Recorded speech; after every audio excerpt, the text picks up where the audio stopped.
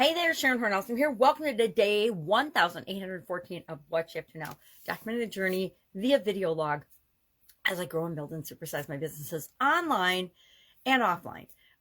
Built businesses offline till about 2017. Then I was curious about, following my divorce, the online world. I hopped on and started to figure out how do things work on the internet differently than in the offline world, because there are differences. There's a lot of similarities, but there's also a lot of differences. There's a lot of advantages to being online versus offline. I think the COVID pandemic definitely proved that to the vast majority of us that were already online, or people that came online that hadn't been online and made that leap before.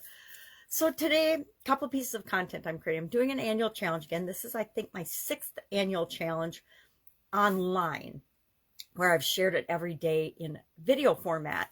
And this year's challenge is Get Your Goals Annual Challenge, which is recommended by a friend of mine. And I think it's a great topic. And it's one that we can all dig into and get advantages of and learn things from to make the rest of our life easier. And that's what I've kind of switched into with respect to the challenges. The annual challenge, anyway, is to make some area or aspect of your life. And in this case, and in last year's and the others, I've picked something that will not only help me this year, but will continue to help me as long as I'm here on the planet. So Get Your Goals Annual Challenge. Yesterday and today, and for the next dozen days, we're going to be talking about different goal frameworks, different models or processes that you can use to create the goals and objectives you want to set in your life. The reason we're doing it, and I'm sharing all the different frameworks that I'm finding, and it's not all the frameworks or all the possible ways of setting goals, but they're the most popular ones. I'm sharing them because that way we can pick and choose, just like everything else, the tools and the strategies and the techniques excuse me, and the processes that work for us. We can take them and we can make them our own. As I was looking through and finding a list of all these different frameworks, I realized I usually take bits and pieces from a lot of the different frameworks. Some of them I don't use at all because I've never really had an opportunity to. But what we're doing is we're looking at one a day, and we're actually applying that framework. We're creating a goal that fits the framework or uses the framework to come up with that goal. It might not be a goal that we're actually setting for ourselves, but it's a practice goal.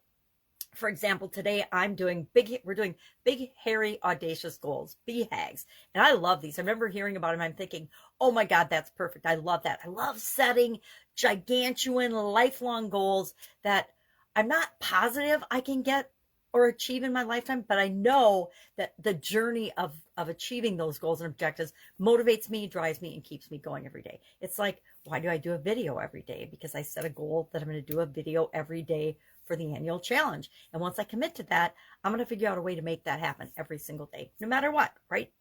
So big, hairy, audacious goals. And then we talked about the criteria for them.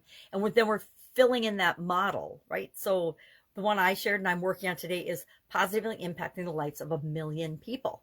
How am I going to do that? Well, that's my big, hairy, audacious goal. That's what I'm going to look for transformation. Who do I have to become to make that happen? What's my target? Positive impact the lives of 1 million people.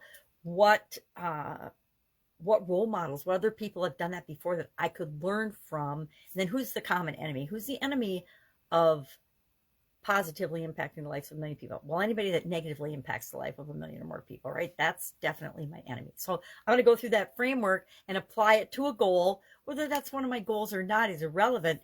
It's practicing using the process to see how it feels and work for me. And if it feels good, I'll pick and choose the pieces of that I like. And at the end of the dozen or so frameworks, we'll have what we want to personally use going forward in the challenge. And it'll be a little bit different for each and every one of us, as it should be. So our idiom to go along with that for Supersize Your Business was to move mountains. Now, most people think moving mountains is impossible, but if you move it one bit at a time, anything is possible, right? So we'll learn about that as we're dealing with goals this year as well. Let's know your experience with that particular idiom, your experience with BHAGs. Do you set big, giant goals, or do you think that that's ridiculous and you have to have achievable goals, or they demotivate you? Because we're all different, right? What motivates one person doesn't necessarily motivate another.